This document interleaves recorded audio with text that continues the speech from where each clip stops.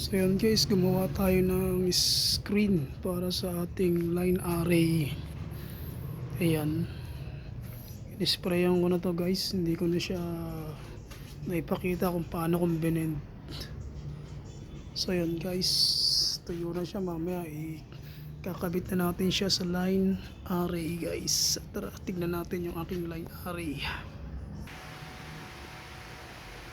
So yun guys, ito yung ating DIY na line array. Ayun guys, dito ko ilalagay yung ating ginawang screen. Ano? Mamaya kakabit ko yan dito.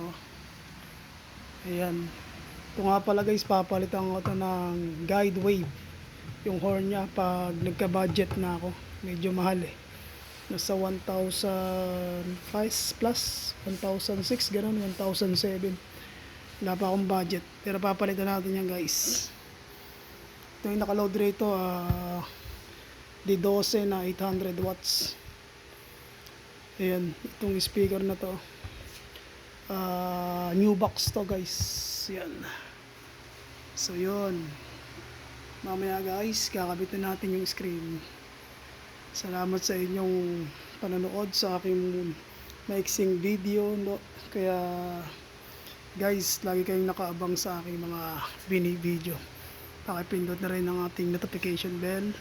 Pa-subscribe na rin sa inyo guys, pa-like and share para maipakalat pa ni YouTube. Ayan. So yun guys, maraming salamat sa inyong panonood. Count your blessing. Bye bye.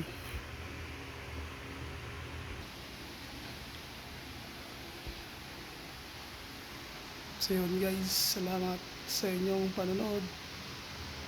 To God be the glory. Bye bye.